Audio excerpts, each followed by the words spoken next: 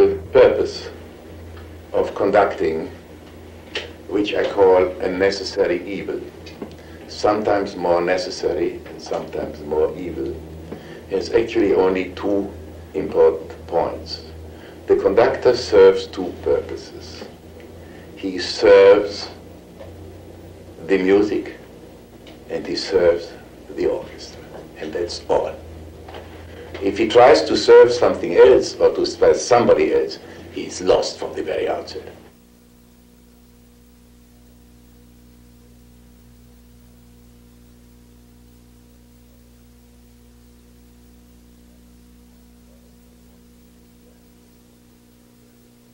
I actually wanted to be a pianist and a composer, and I was quite gifted as a pianist and played well. I even had started a very short-lived official concert career when I was 18 years of age, when I got out of the army.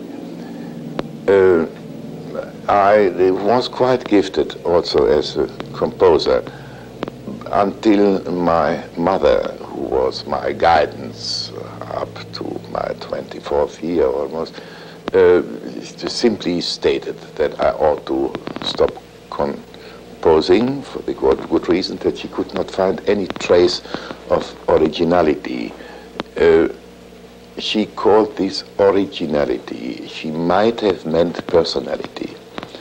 I'm not quite sure, but I think this induced her to stop me from continuing my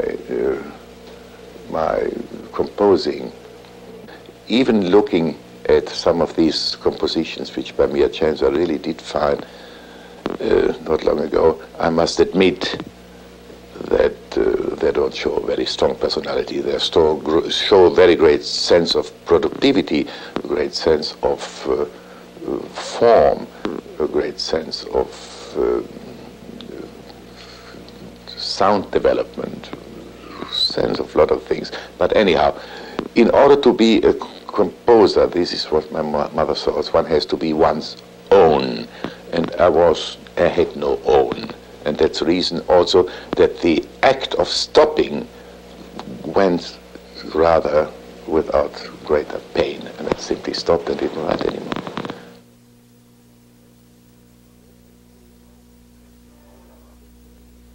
This is Syria Mosque, home of the Pittsburgh Symphony.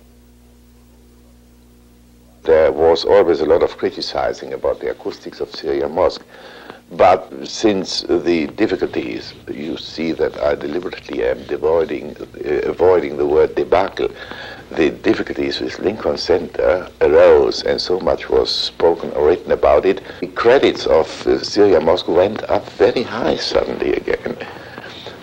And it's suddenly has not become what one calls a glorious place, but a very acceptable place if one closes one's eyes. But since music is for the ears, and I want to say this in a very loud voice, especially in this country, because we are living in the country of the eye, and many people think that acoustics can be seen. Yes, if I come into a new high school auditorium, I can see how bad the acoustics are.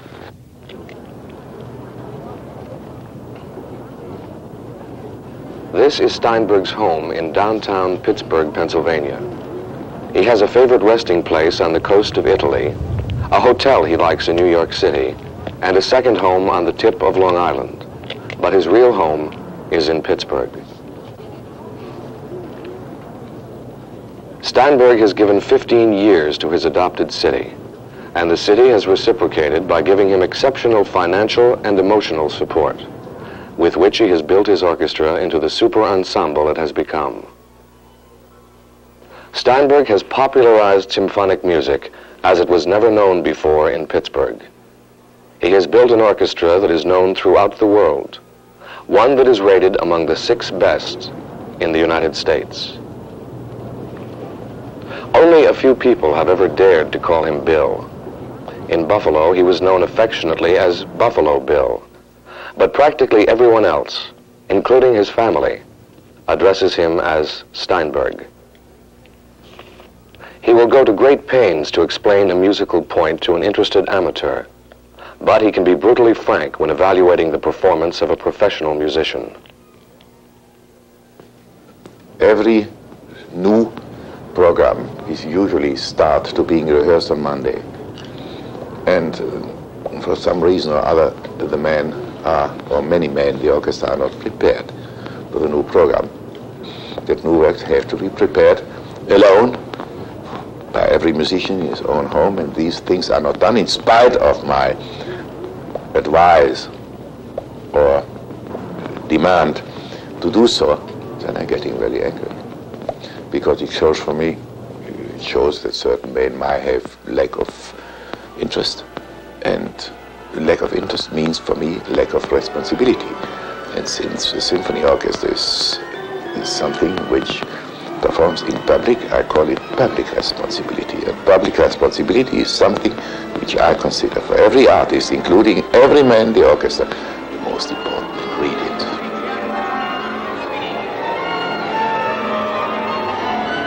Steinberg's journey to Pittsburgh began in Cologne, Germany.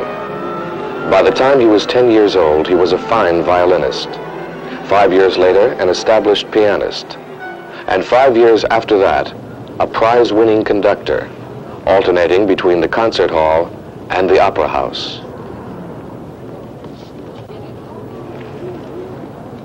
As his reputation grew, Steinberg moved from Cologne to Frankfurt, Berlin, Prague, and other European music centers. But the threat of war ended, at least for a time, his career on the continent. Steinberg was warned not to return to Germany. In 1937, Steinberg came to the United States at the personal invitation of Arturo Toscanini, the music director of the newly formed NBC Symphony. Toscanini had chosen Steinberg to be his associate conductor. After several years with the NBC Symphony, Steinberg decided to move out on his own. With his wife Lottie and their 2 children, he traveled across the country, conducting major orchestras from coast to coast. An invitation to become music director of the Buffalo Philharmonic settled the Steinbergs on Lake Erie, where Buffalo Bill began the long and difficult process of transforming a relatively minor ensemble into an orchestra of major consequence.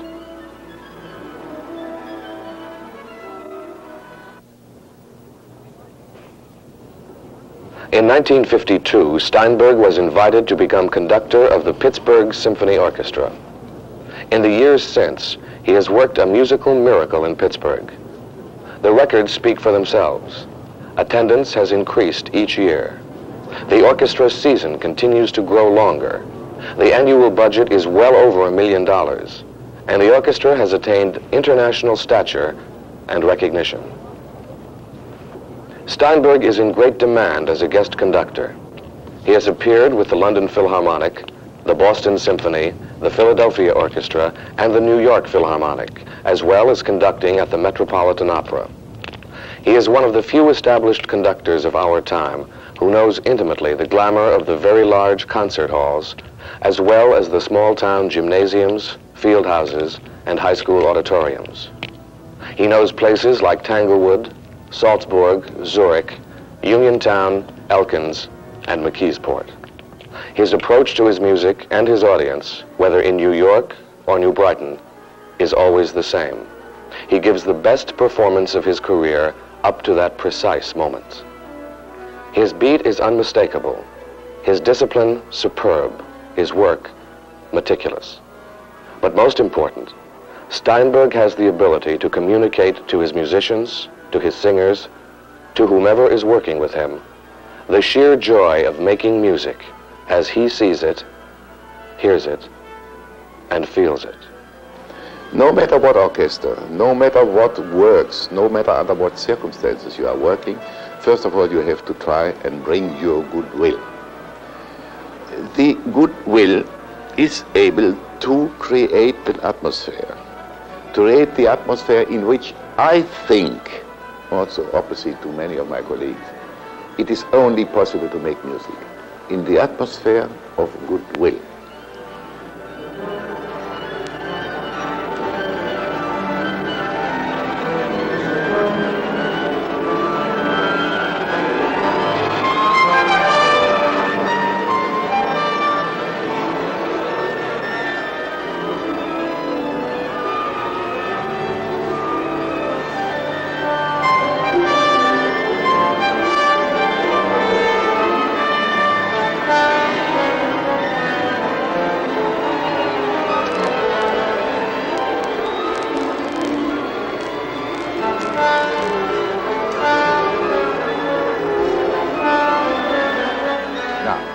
Now we've tried to find a comfortable tempo for you. It doesn't make any difference whether it's a little slower or faster. It must be comfortable and pleasant to play.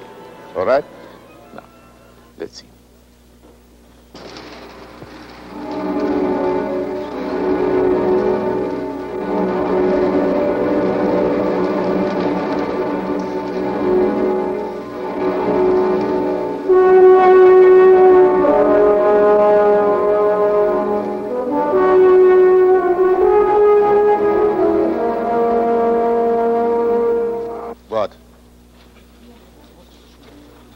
Yeah, yeah.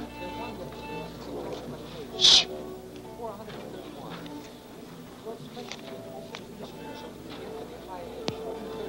Da-da-da. Yeah, da-ee. Printed, yeah. But they stop. They stop. All right, shall we try it again, this movement? It's terribly tricky in tempo.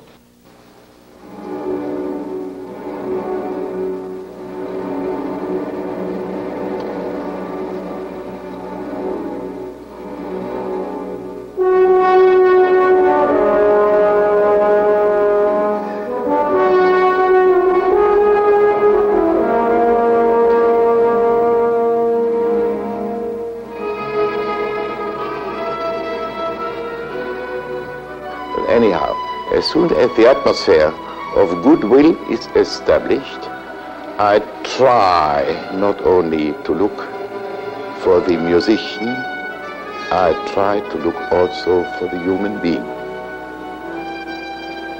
which is not always easy.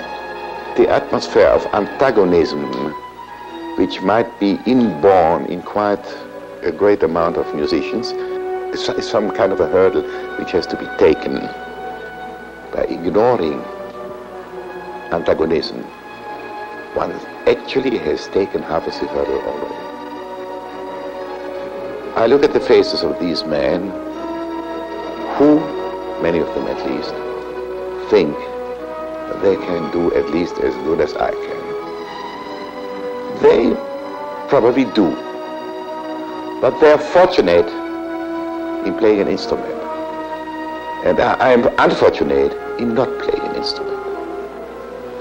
By the way, I don't know why I should reveal all my secrets.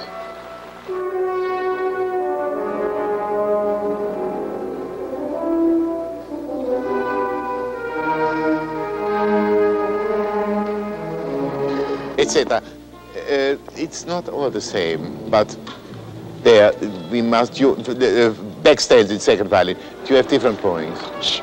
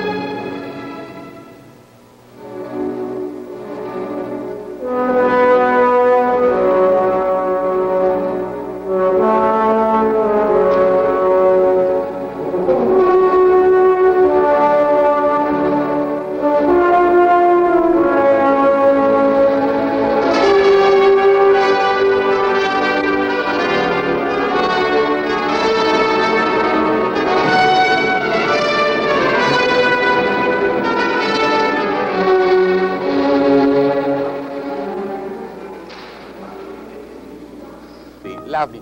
Tell me, are these my bowings? This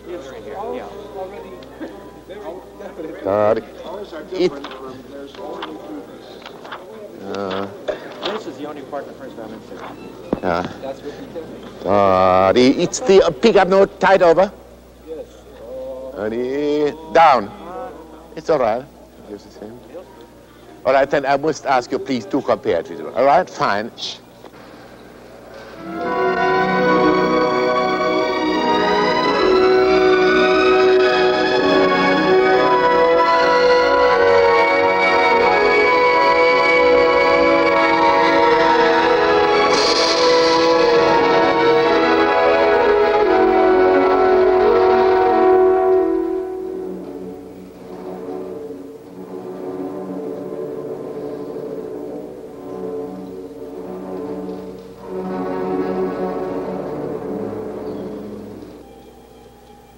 now the right octave.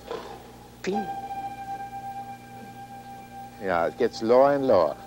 Yeah, is this terribly flat? Your G, play G.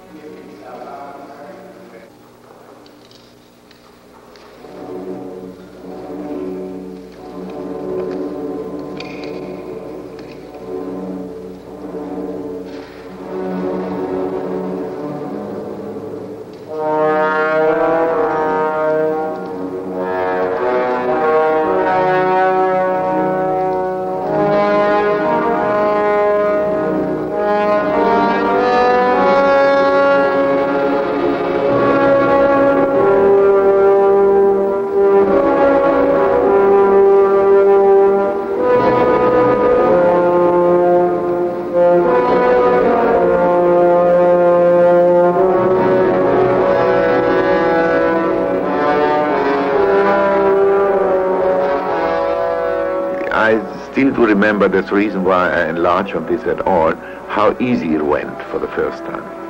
For some reason, I had soon again to take Don Giovanni, and the second performance became more and more difficult.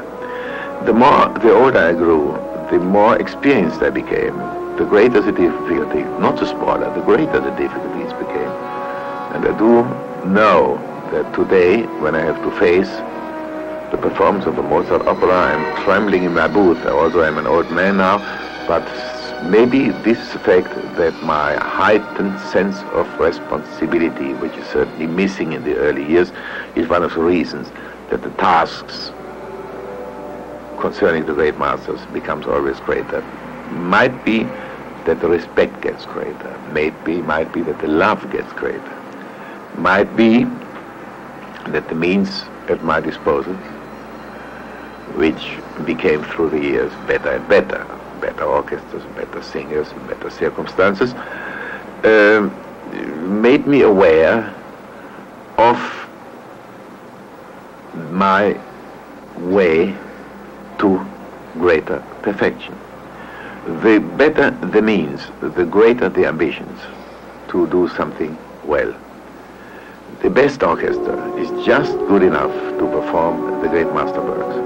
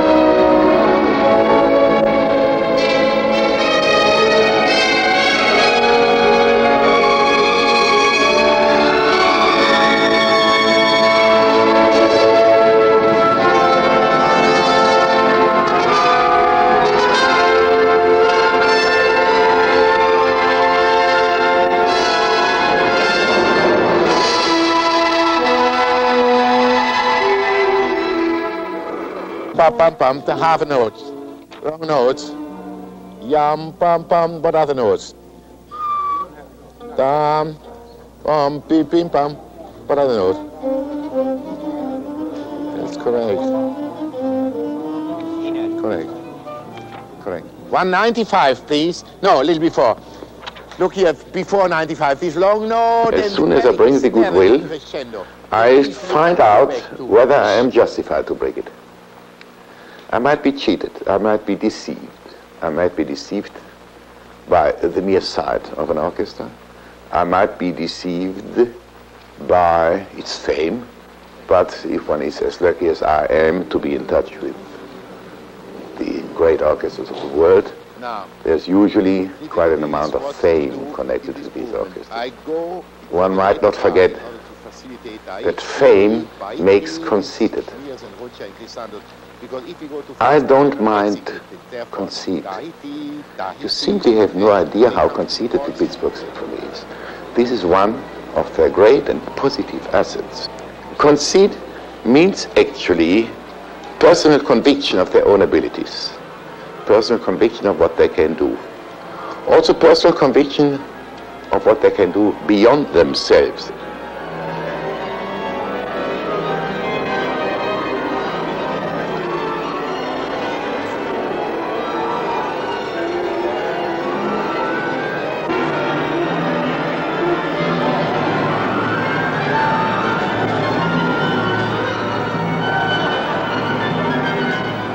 I have it here.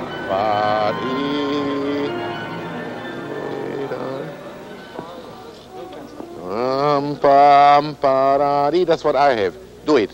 How else is it?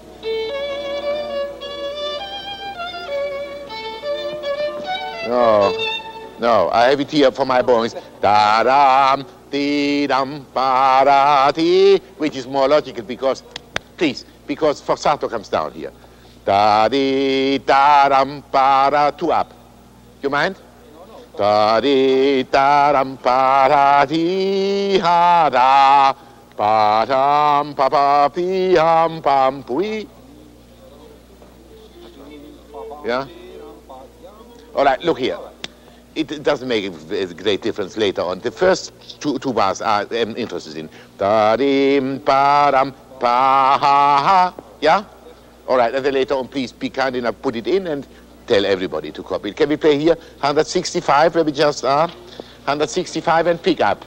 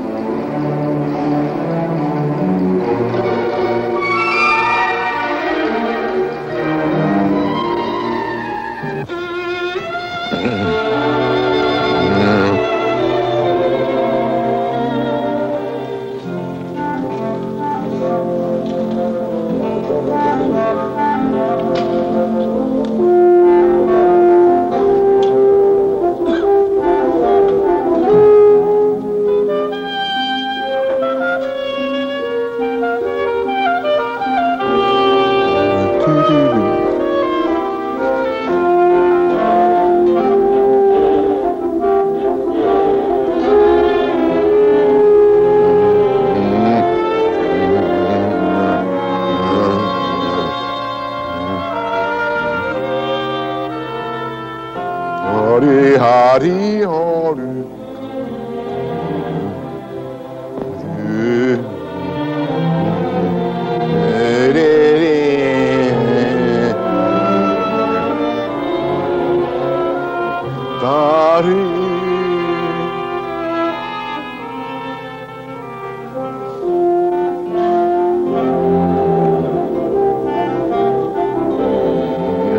Yourself in order to be with the creator. I mean not God in this case, I mean the composer whom you have to interpret.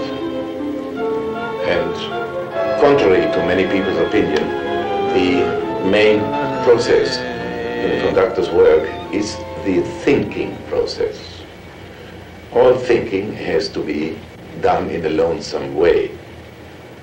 The appearance before the orchestra, I just say, is actually a kind of a secondary action. When I'm reading a score, the score appears as a live thing on a screen in my brain. This is a very sensitive thing, which under circumstances can be destroyed or disturbed by any musical or unmusical sound coming in from the outside. And this is one of the reasons why one has to shut oneself very secretive in. That's why I work. Other people say read, but I say work. It is habitual, or at least this is a popular opinion of many people all over the world, that a conductor, in order to learn his scores, must be seated at the piano, which I certainly could do since I'm a pianist. But since many years I'm used to learn, or if you prefer the expression, to study my music sitting at a desk, sitting at my desk, my score propped in front of me, and there I read it, respectively I hear it. Because what I'm reading, I hear, or I'm supposed to hear. Many people look at all these little black spots there and say, how can the man know what it means? And then I always give the same stupid answer, because a stupid question requests a stupid answer. You look also, if you read a newspaper, on all the little dark spots in the paper, and you understand what it means. It's the same. So do I. I think my main task is to materialize through the actual practical fact of conducting what a composer had in mind. This sounds rather arrogant, but after all, conducting is a very arrogant profession. Arrogant insofar as I assume that I am the man who speaks for Mozart and Beethoven. The more I talk about it, the more I appear arrogant. But this I have to be. How otherwise could I form an opinion? Somebody, for heaven's sake, has to have an opinion how music by Mozart and Beethoven are to be performed.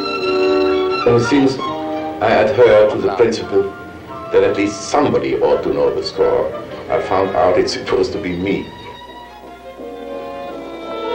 Now free viola.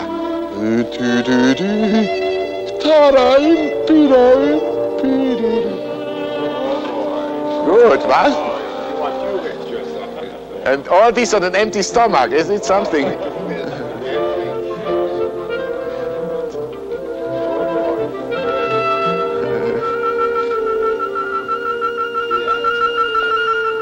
Papa?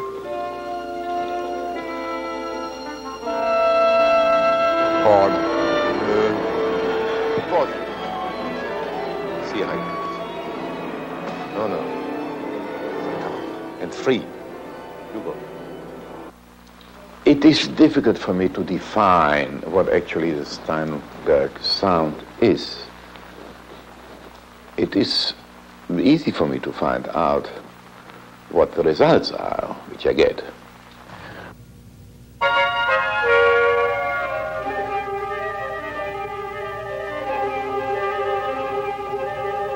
I do know that certain qualities or certain affinities of sound are bound to a conductor's personality. We know this.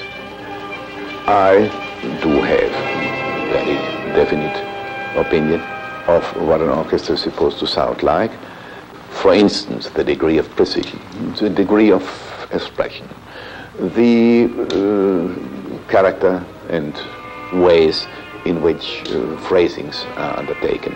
But out of bad musicians, you cannot make good musicians. You, however, as a conductor, can try to make a player play above or beyond himself or beyond his possibilities. I think that this is one of the main jobs of the conductor, to evoke qualities in a player which were unknown even to himself. It is then on me, my character, my temperament, and last not least certainly my experience, which counts, to establish my level of performance. The result of this all might be a certain sound, or if you want to say, my sound is quite logical. But what my sound actually is, I don't know.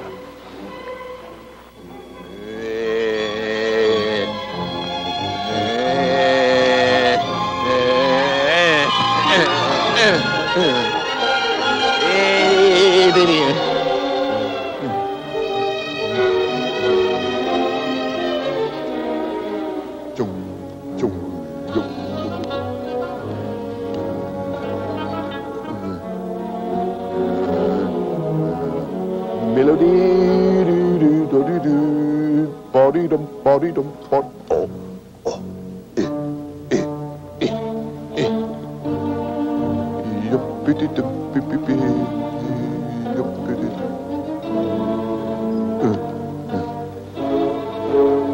fließend.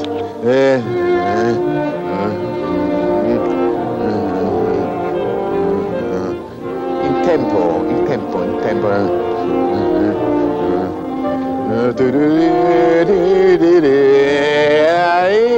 Tutti cielo. Ti-ra-ra-ra, ri-ha-ra-ra, ya-ra-ra, ri-ha-ra-ra,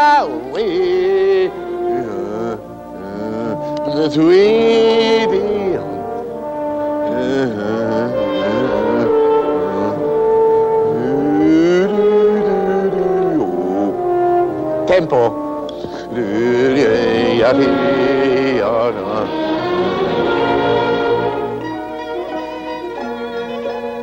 Violas.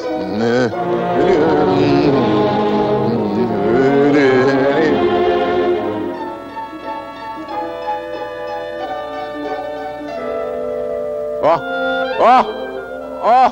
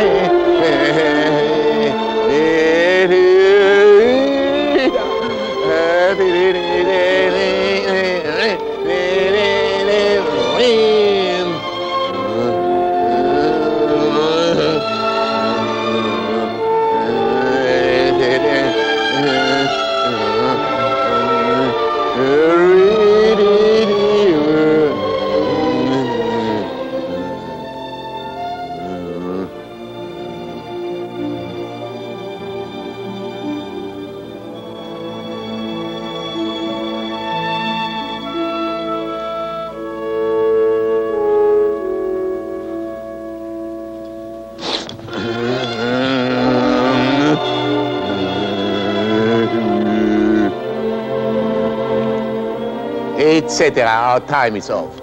Thank you very much. It starts working now. Beautiful, beautiful, lovely, lovely, lovely. No, no.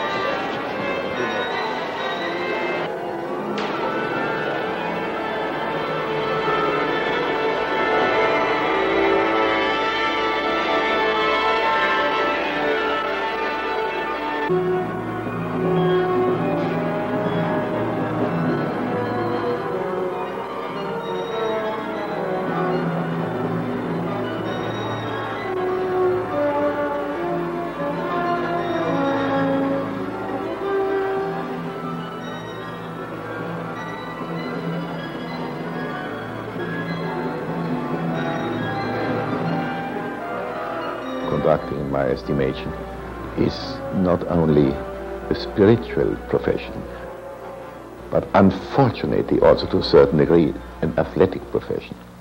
One has to look out for this physical fitness I'm speaking about. I'm a great hiker, I'm a great walker, and I love to walk and be in the open air as much as I can.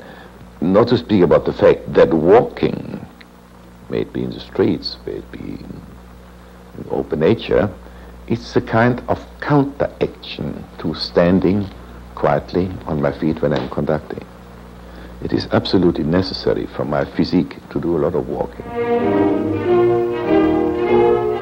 When I'm walking, I'm alone, and I love to walk or to hike or whatever you call it, alone, for a very good reason. That this loneliness in walking makes for concentration.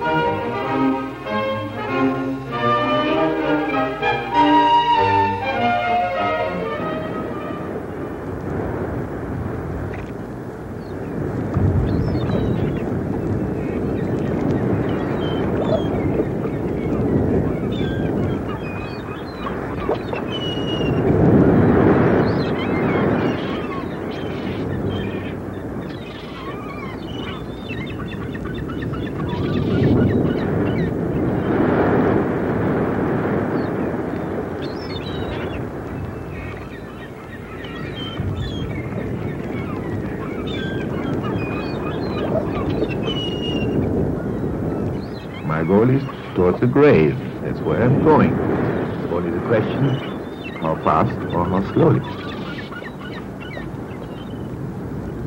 Whether there are other goals to be achieved, yes, better performances. Where actually I'm going, I told you, towards the grave. And a man in my age certainly thinks of things like these. And what I'm striving for is mainly to ask my God every morning in my knees that he will preserve my talent and that he will preserve my faith and that he will preserve my love. And if God does this, which I hope he will, by the way, I do not have a private wire with God, as also many of my colleagues do have, then it might be that for a while I still will be able to pursue what I think is the right thing. But one thing is sure, I will get more and more discerning, I will be more and more critical. I am very critical with myself, and one cannot be sufficiently critical with oneself, because this is the first thing one does. One has to do. And go still deeper under the surface and get out of the work what is in there. That they can speak what they have to do and that they can make me believe that I am in a spot in which I can say it was not entirely in vain.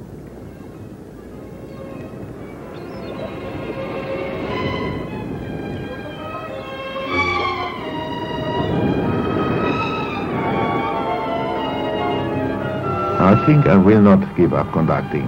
I think conducting will give up me. That's the way to put it. Because I very rarely heard of a conductor who retired. And I'm up there really must quote the words of Arthur Rubinstein, whom I once asked, tell me, don't you ever make vacation? Or to ever stop playing the piano?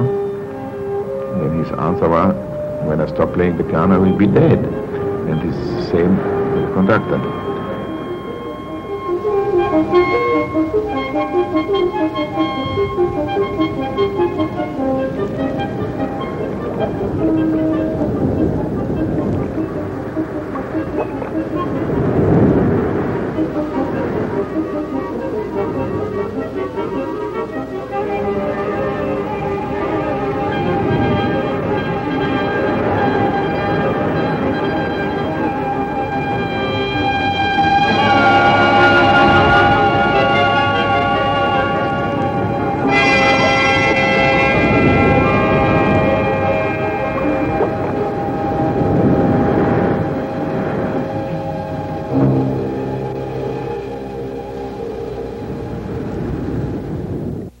My wife immediately fell in love with the neighborhood of East Hampton, what is close to the ocean, which we both love very much. It has a wonderful atmosphere of loneliness and quiet, and this is also what we wanted. It also ought to be mentioned that this house is supposed to serve as a vacation place for our children and grandchildren, as well my daughters as also my sons. And one of the reasons why my wife wanted this place here is the fact that my daughter is living in Huntington, Long Island, and she can just jump over here and bring the children. 3 lovely boys. H-E-V. What's all this to me? Also for instance, yeah. If I play the 9th Symphony by Beethoven twice, how much is this? 80. Very good. Yeah, but doesn't Beethoven's 9, the way I have it in my book, it starts on G. Yours starts on G, yeah, but this started on F sharp. That this melody, That's which no is fair. in German. We can't understand what you're saying. Well, you cannot because you're dumb, but he understands. He's a musician. I'm younger than he is. I'm a true musician. I see. He's a true musician. But what you know about? No, but I should understand. You probably can appreciate it when I learned music, when I learned the notes when I was a very little kid. This was before I went to school, and I certainly did not learn did not know much about the alphabet. And I learned from my mother that the musical scale, the C major scale, starts with C. Remember that? Yeah, with C. With C. And I do remember when I came to school, I was 10 little. I was 5.5 years old. And I remember when I came home after the first school day, that I told my mother, the teacher must be wrong. He told us the alphabet starts with A. For me, the alphabet starts, you told me it starts with C. Understood? Yeah, it's for something exceedingly stupid, I must admit. Say something very important on music, very clever. Also for instance. Yeah. Huh? For instance.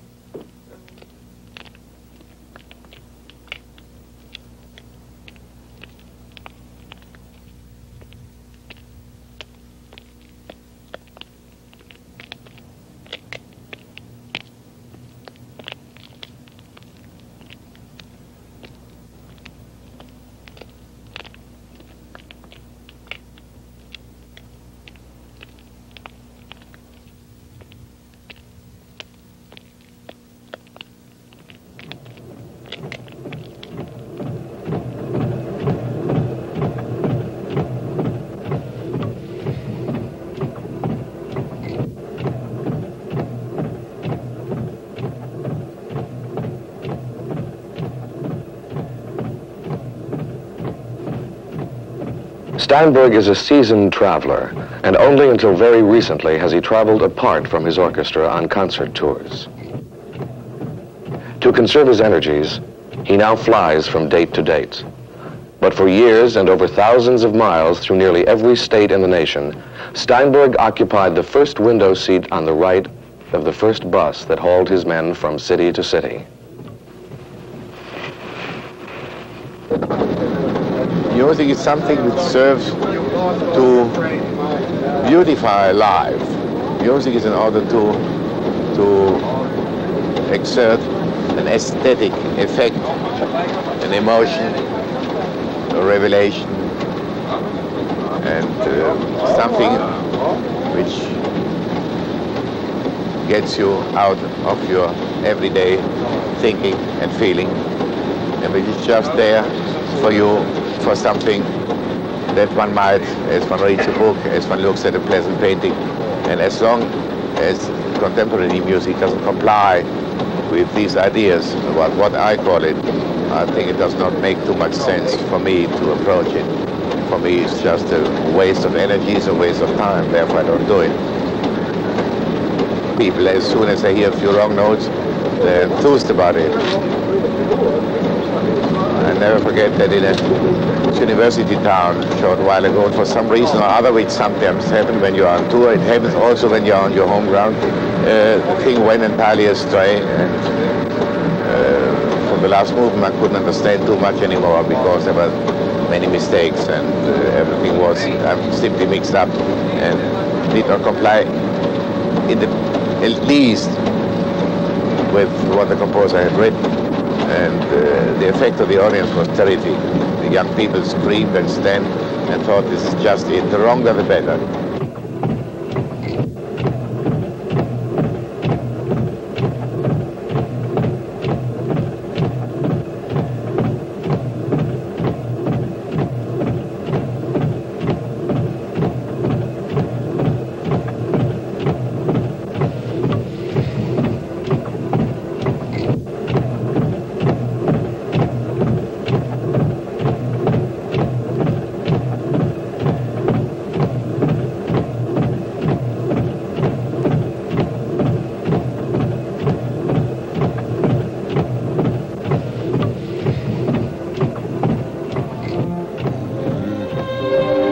Louder. Because they are the only accompaniment.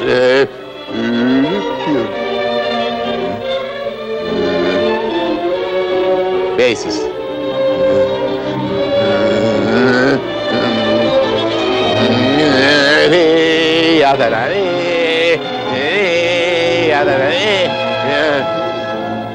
Oh.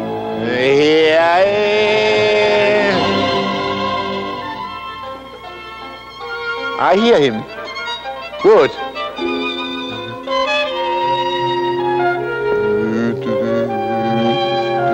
Now. Good.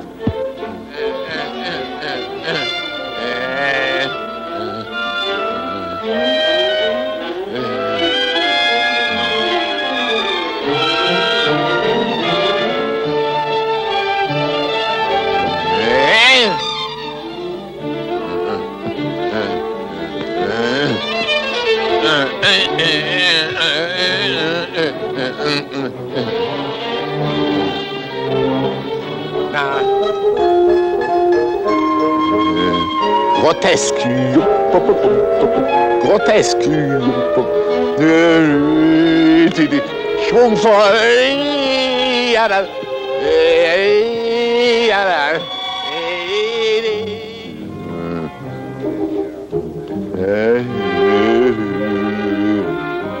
This is lovely, lovely.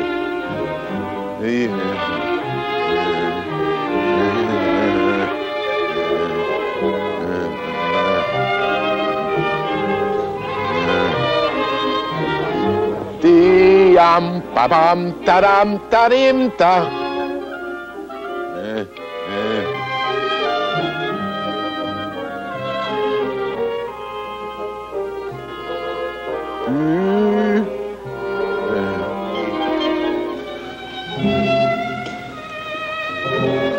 Fast. Io tito tito tito titio.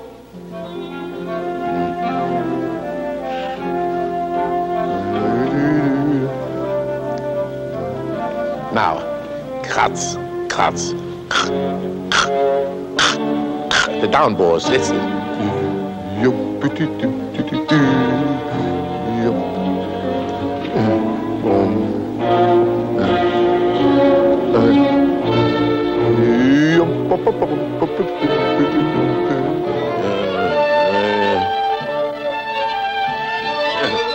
Now.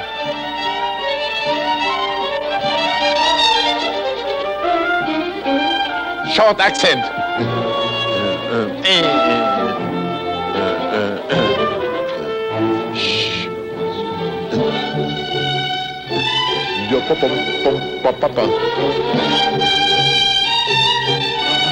Now,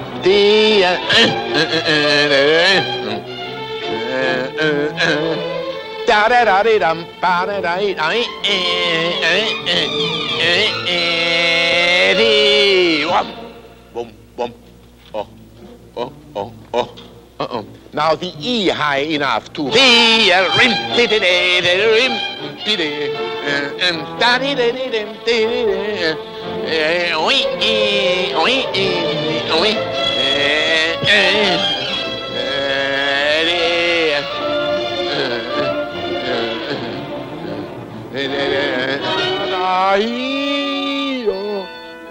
lovely. Fast.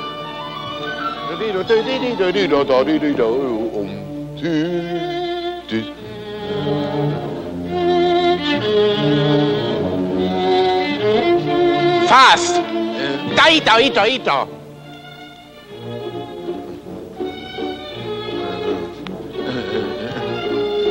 Fast.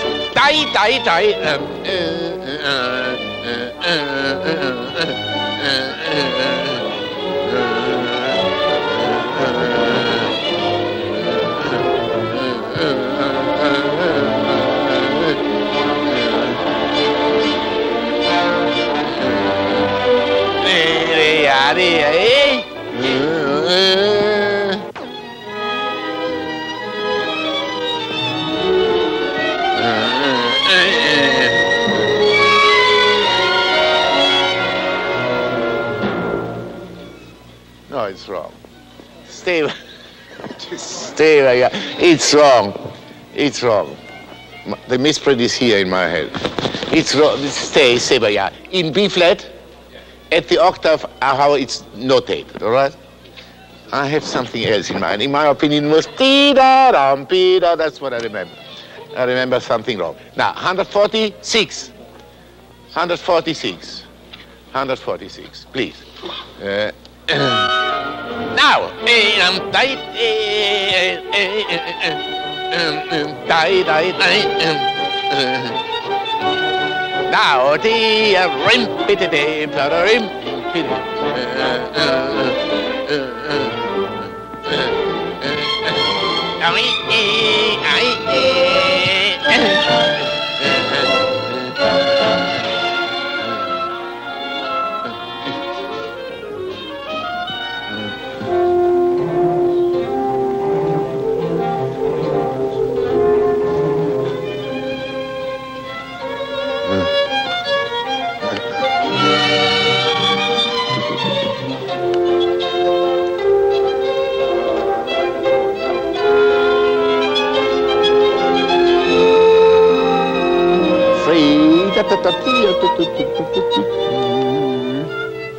Very good, very good, very good.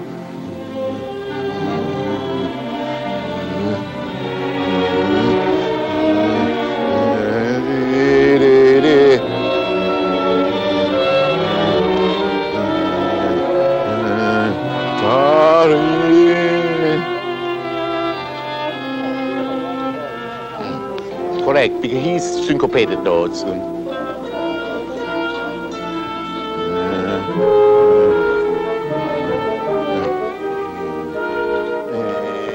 I actually do have to thank my American career to two men. My deceased friend Cameron Baird in Buffalo, who called me to Buffalo in 1945, and Charles Denby, the past president of the Pittsburgh Symphony Orchestra, who got me to Pittsburgh in 1952. Besides these two men, I dare say that I don't owe any kind of gratitude to anyone. And I don't think that many people can say this about themselves.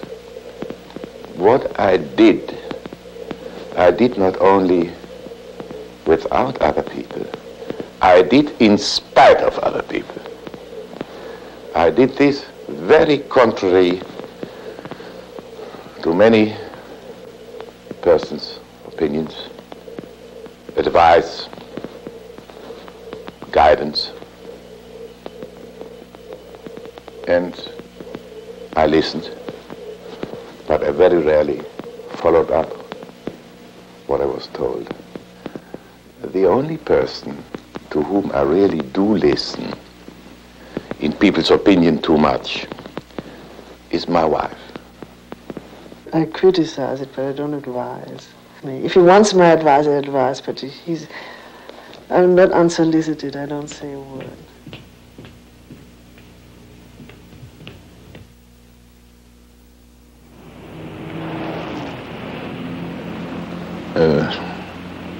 Conductors or musicians are usually called one-track-minded.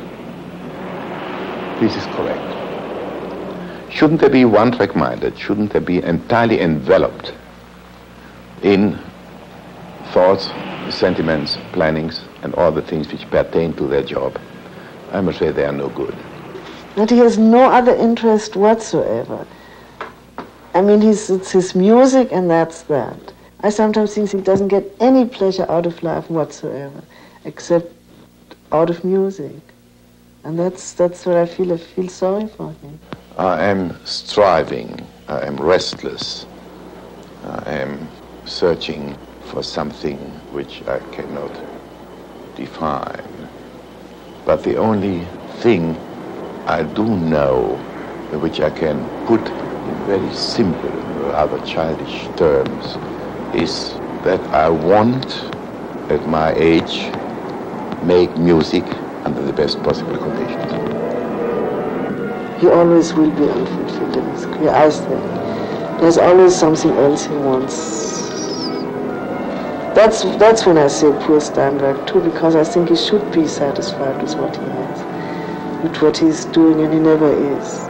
Now, when I was listening the other day to that Beethoven recording, for instance, so there is nothing that could be more perfect than this recording. So why always try better? But he says that's his belongs to his profession, it belongs to his music making, it belongs to his make-up that he has to always want something more. I never wanted more than I have. I'm perfectly satisfied, always. Yeah, I always thought he was as a conductor, was one of the best. He always has been to me. That's why I didn't mind his personal shortcomings. I didn't mind them at all because I thought he balances them with his talents.